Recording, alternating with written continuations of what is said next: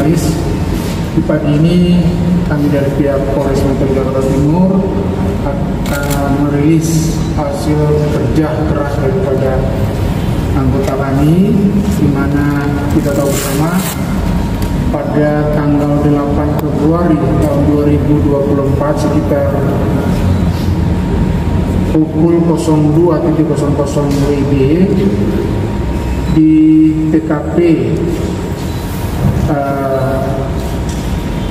Four Line Travel and Tourism di Jalan Cipinang Timur nomor 84 telah terjadi penembakan yang dilakukan oleh terduga pelaku berinisial DSA dengan korban berinisial MAM, di mana berawal dari kedua pihak, dalam hal ini adalah terduga pelaku dan pelapor atau korban, melakukan chatting melalui WA.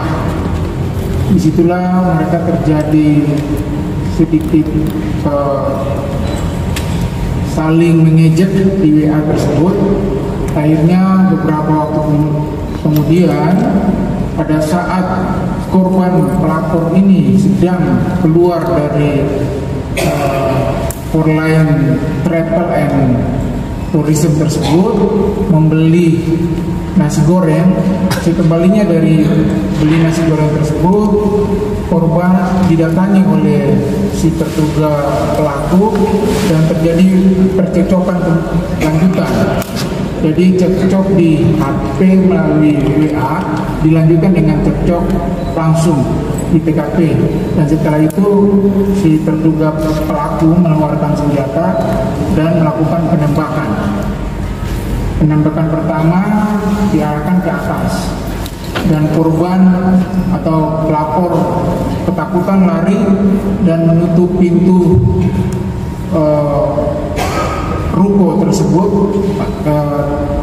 Four Line Travel and Tourism tersebut. Selanjutnya dia melarikan diri ke lantai 2. Di lantai 2 si korban menengok lagi keluar, melihat si terduga pelaku, dan terduga pelaku melakukan penembakan lagi 2 kali ke arah korban pelapor dalam hal ini, dan untung ada kaca sehingga kaca yang ada itu pecah dan mengenai tangan korban dan lengan korban, sehingga mengalami luka dari pecahan korban. Selanjutnya penyidik melakukan langkah-langkah, melakukan pemeriksaan terhadap 4 orang saksi yang ada di TKP. Berikutnya menyita barang bukti berupa pecahan kaca, 2 selongsong peluru dan 1 peluru yang masih aktif. Dan selanjutnya penyidik memanggil terduga pelaku sebanyak 2 kali, namun terduga pelaku tidak hadir tanpa alasan yang sah.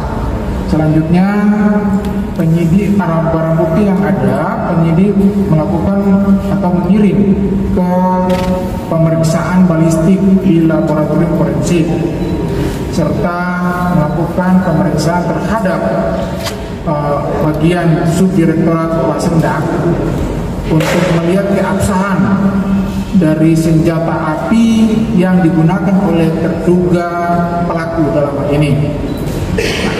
Selanjutnya hasil penyelidikan Polres Metro Jakarta Timur, karena terduga pelaku HP-nya hilang dan dari pihak keluarga menjanjikan bahwa akan menghadirkan terduga pelaku ke hadapan penyidik, namun sampai dengan tanggal 28 Februari 2024 tidak juga kunjung hadir.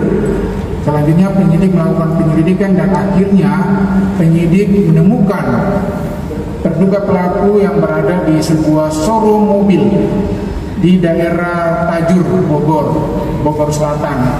Akhirnya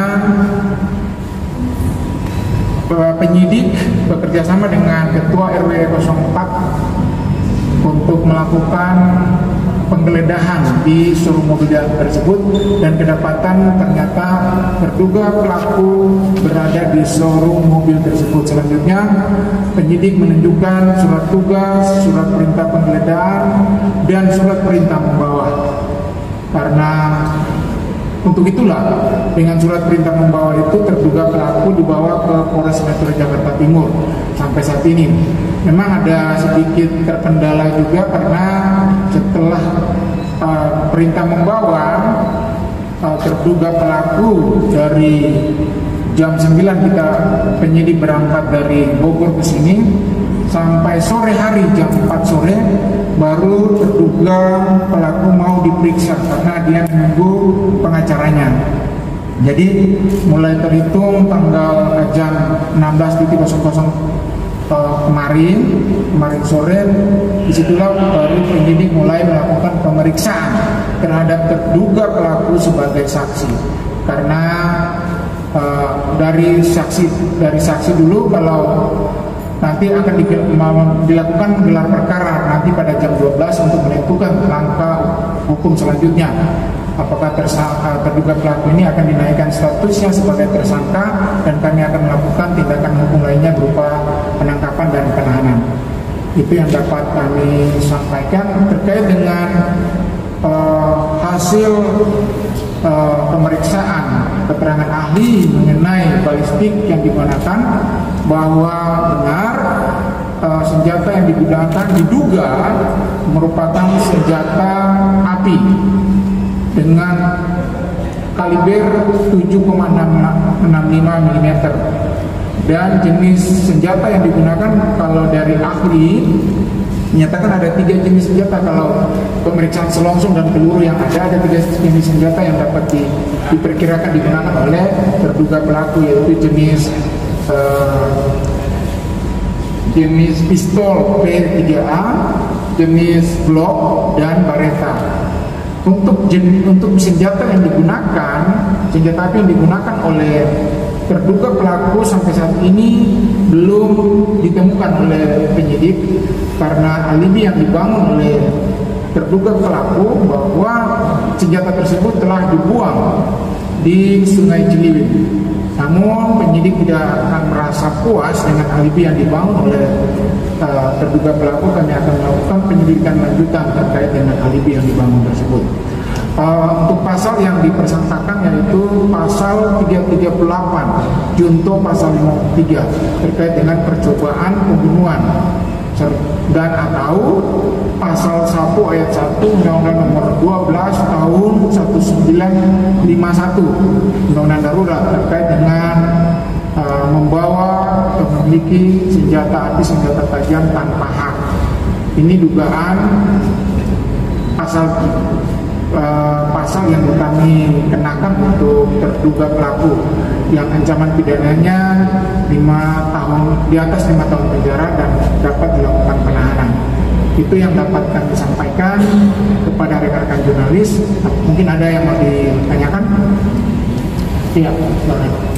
Pak, perkenalkan, selamat pagi, perkenalkan saya Syamasari dari media ini. Pak, seperti yang sudah saya sampaikan tadi, dan terima kasih pertanyaannya.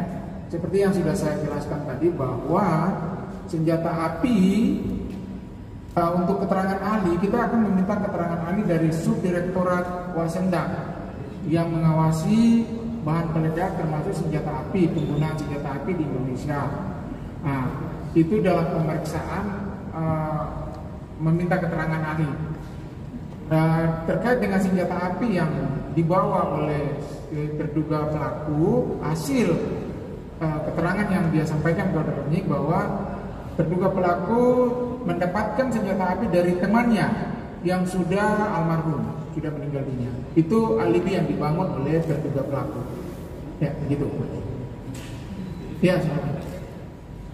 Ya, silakan.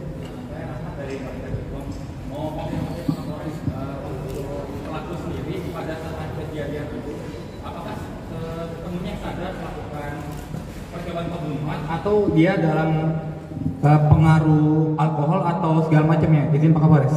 Terima kasih. Iya, terima kasih Mas Rahmat. Hasil keterangan yang disampaikan bahwa pada saat dia melakukan tindakannya itu, perbuatannya itu bahwa dia sadar penuh. Dia dalam keadaan sadar penuh. Sadar. Perlu informasi juga bahwa setelah kami melakukan pemeriksaan terhadap terduga pelaku dan kami mengecek urinnya, dan kami sampaikan bahwa terduga pelaku positif menggunakan narkoba dan psikotropika. Hasil tes urinnya ya. Ya, silakan.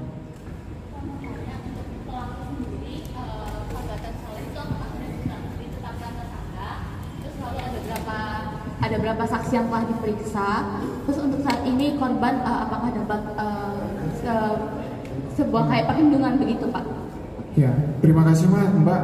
Tadi saya sudah jelasin bahwa terduga pelaku masih statusnya saat ini sebagai saksi. Kami akan melakukan gelar perkara pada jam 12 nanti untuk meningkatkan statusnya.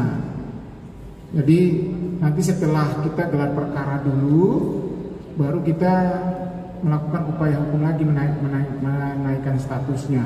Ya, jadi untuk sementara ini sampai jam detik presiden ini statusnya daripada terduga pelaku adalah saksi. Ya, terkait dengan apa lagi saya pertanyaan tadi? Oh, saksi yang sudah kami periksa di TKP ada 4 orang. Yang pertama adalah MAM, saksi korban, yang kedua S, yang ketiga MH, dan yang keempat Z. Ada 4 orang yang berada pada saat peristiwa itu terjadi. CCTV sudah kami kirim ke forensik, laboratorium forensik untuk dilakukan pemeriksaan. Jadi kita menunggu keterangan ahli. Ya, ada lagi pertanyaan? Ya, silakan. Ya, motifnya pelaku itu terduga itu apa? Motifnya ini saling ejek-mengejek, berawal dari chatting mereka di WA itu saling ngejek-mengejek.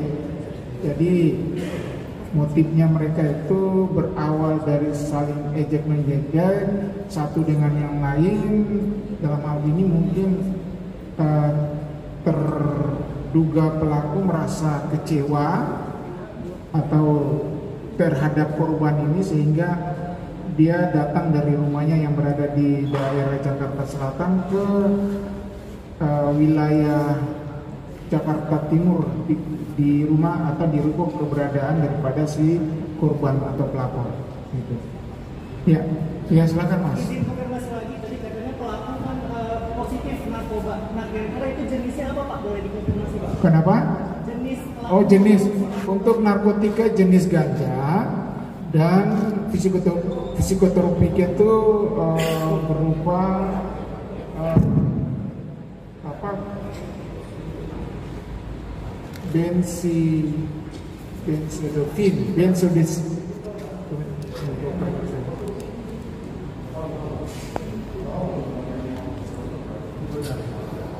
benzodiazepin. Berapa lama Pak dia sudah konsumsi barang tersebut Pak? Sehingga dia sudah melakukan itu dalam di bawah narkoba. Itu bukan objek perkara ya. Itu kalau kita menangani kasus narkotika dan psikotropika itu baru objek perkara. Tapi karena kita objek perkaranya adalah percobaan pembunuhan dan atau membawa senjata api tanpa hak. Gitu. Ya, silakan Pak.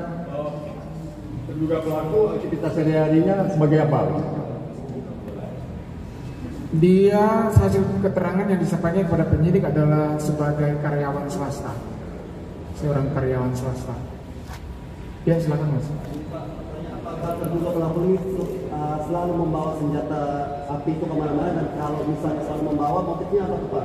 Selalu membawa senjata api.